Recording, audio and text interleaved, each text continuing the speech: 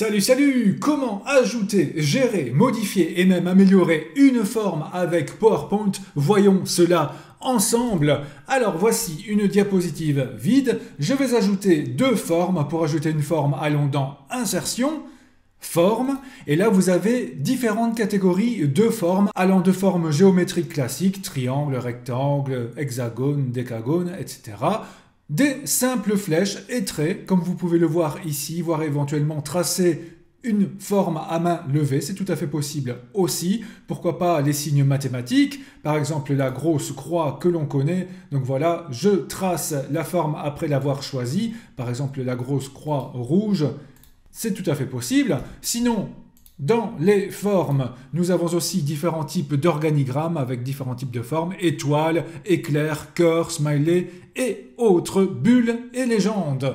Pour l'exemple ici, je vais ajouter un décagone, voilà, je clique dessus, je le trace, c'est parfait, et je vais mettre aussi un petit nuage. Allez, c'est parti, le nuage il est là, je le mets à droite. C'est nickel. Alors, quand on a ajouté une forme et que l'on clique dessus, quand on la sélectionne, nous voyons donc différentes petites bouboules tout autour. Si l'on prend l'une de ces petites bouboules, eh bien cela nous permet d'agrandir, réduire ou déformer la forme. Si on veut simplement déplacer la forme, alors cliquons sur le bord, pas les petites bouboules, mais bien le bord, laissons foncer, et ainsi cela nous permet de déplacer la forme où on le désire. N'oublions pas non plus la petite roulette en haut pour la faire pivoter, bien évidemment. Alors si vous désirez ajouter du texte dans une forme, faites simple. Cliquez directement sur la forme et ajoutez du texte grâce au clavier. Voilà, je vais mettre « Hey », c'est nickel. Évitez d'ajouter une zone de texte sur la forme parce qu'après, quand vous voudrez déplacer la forme, dans mon cas, le texte se déplace bien avec. Si c'était une zone de texte ajoutée, eh bien vous auriez dû reprendre la zone de texte et la déplacer à son tour. Voilà, donc quand on a une forme, on tape directement le texte à l'intérieur, c'est plus facile et pratique. Je vais donc sélectionner ici mon texte et l'agrandir un peu comme du texte normal. Accueil, voilà, j'agrandis, hop, c'est parfait, nickel. Bon, améliorons notre forme. Cliquons dessus et quand on clique sur une forme, un onglet supplémentaire apparaît, c'est l'onglet Format de la forme. Et on reconnaît l'onglet que l'on utilise quand on a une zone de texte. Alors tout d'abord, pour faire simple, eh bien ici, nous avons toute la partie qui permettra de paramétrer l'ensemble de la forme, tandis qu'ici la partie Style Word Art, ce sera uniquement pour le texte qui se trouve à l'intérieur. Occupons-nous de la forme d'abord. Donc tout d'abord, les modèles prédéfinis pour rapidement avoir un contour ou un dégradé, une couleur pour notre forme. Allez, je choisis celle-ci par exemple. Mais juste à côté, vous avez le bouton remplissage pour choisir exactement la couleur qui vous plaît. Si jamais les couleurs ici présentes ne vous plaisent pas, n'oubliez pas que vous pouvez choisir soit aucun remplissage pour avoir un fond transparent. Eh bien oui, c'est super pratique aussi. Mais vous pouvez aller dans autre couleur de remplissage où là, dans standard et personnalisé, vous aurez bien d'autres nuances de couleurs que vous pourrez choisir.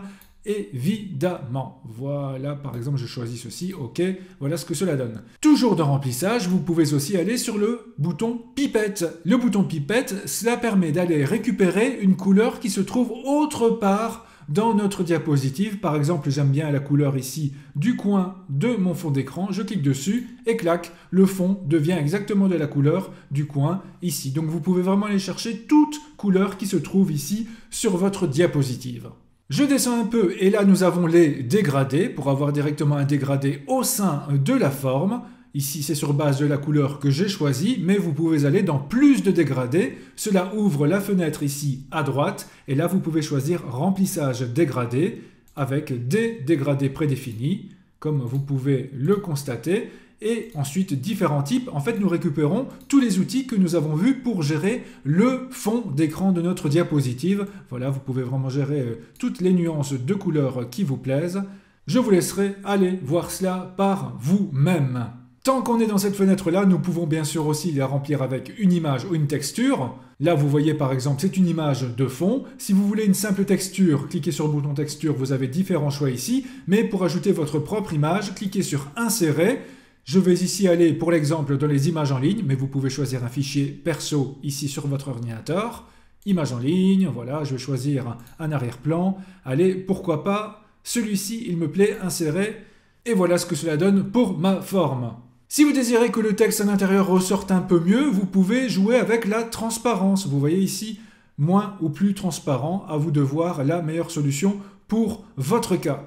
Je reviens dans mon bouton remplissage, où là donc nous avions ici le bouton image, nous l'avons déjà fait, et texture, quelques petits raccourcis. Alors, le contour de mon image ne me plaît pas vraiment, vous non plus, c'est normal, ce n'est pas très joli, alors allons dans contour. Et là, vous pouvez choisir la couleur de contour exacte. Par exemple, voilà, je veux un contour de cette couleur-là. Et si je ne le vois pas assez, je peux aller dans contour épaisseur. Et ainsi, cela me permet de le mettre un peu plus en évidence. Toujours dans contour, et bien là, vous pouvez également choisir d'autres couleurs, la pipette, l'épaisseur, le croquis. Alors, croquis, c'est intéressant, regardez, là, pour l'instant, nous avons des traits bien droits, bien justes. Et bien, nous pouvons rendre le dessin un peu plus comme si c'était à main levée, comme si c'était un peu plus courbé, un peu moins parfait, et bien voilà, c'est tout à fait possible. Et vous pouvez aussi choisir dans contour des tirets, voilà, par exemple des pointillés, comme vous pouvez le voir, si vous trouvez cela joli. Pour l'exemple, je vais encore un peu modifier le contour, voilà, noir et encore plus épais, cela nous sera utile. Nous avons également les effets, donc par exemple un effet d'ombre. Ici, vous voyez légèrement une petite ombre autour de ma forme. Réflexion pour avoir un reflet. Voilà, différents types de reflets et d'ajustements. Lumière, ça c'est intéressant, cela ajoute un petit effet lumineux et vous voyez que cela colore aussi l'image de fond, donc le contour et l'image de fond pour ajouter une petite teinte. Eh bien oui, ça peut être sympa, voilà. Je vais prendre ici mon nuage comme exemple pour la suite. Voilà, je le colore un peu. Alors, dans les effets, nous avons aussi les bordures adoucies. Cela permet d'avoir un fondu avec le fond d'écran, justement. Vous voyez donc des bords un peu moins nets, un peu plus doux. Et si vous voulez personnaliser cela, allez dans Options de bord estompé et vous pouvez choisir exactement la taille du fondu, comme vous pouvez le voir. Ensuite, nous avons aussi le biseau, et là, cela ajoutera une sorte d'effet un peu 3D à notre forme. Alors, je vais un peu vous faciliter la tâche pour bien voir la différence. Je vais choisir ceci, pour avoir ici des bordures un peu plus claires et nettes. Et si je vais ensuite dans biseau, voyez un peu ce que cela donne. Différents effets qui permettent d'avoir un bord un peu en 3D, une sorte de petit relief. Et je reprends mon décagone pour voir les effets de rotation 3D. Et là, vous voyez tous les effets de perspective et 3 dimensions disponibles. Allez, je vais prendre ici par exemple l'effet un peu aplati. C'est un peu comme si c'était une plateforme et ainsi ça nous permet éventuellement d'ajouter des objets par au-dessus. Allez, par exemple, je vais prendre un objet en 3D, insertion modèle 3D prêt à l'emploi, un animal, et allez, pourquoi pas le cheval, insérer. Et ainsi, je peux insérer mon cheval sur la plateforme et cela donne l'illusion que le cheval est sur notre forme, est en train de marcher sur la forme. Donc voilà, c'est un exemple parmi d'autres, mais cela permet vraiment, en mélangeant les outils, de réaliser de jolies petites choses. Ensuite, si je désire que mon texte à l'intérieur ressorte un peu plus, allons donc dans la partie Style Word Art. Je peux prendre un exemple prédéfini.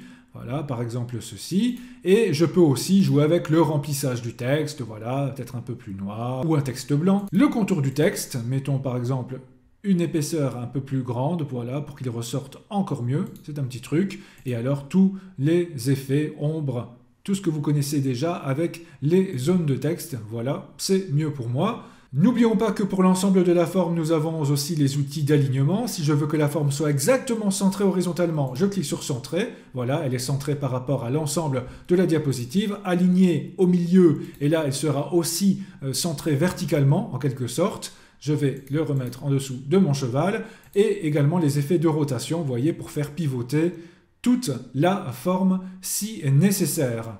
Petit truc qui peut être sympa aussi, allez là, je vais prendre mon nuage. Si l'on retourne un peu plus à gauche de l'onglet format de la forme, nous avons ici modifier la forme. Alors là, je peux éventuellement choisir un autre modèle comme au départ, si je ne veux pas recommencer à zéro et remettre tous les effets, mais je peux aussi modifier les points.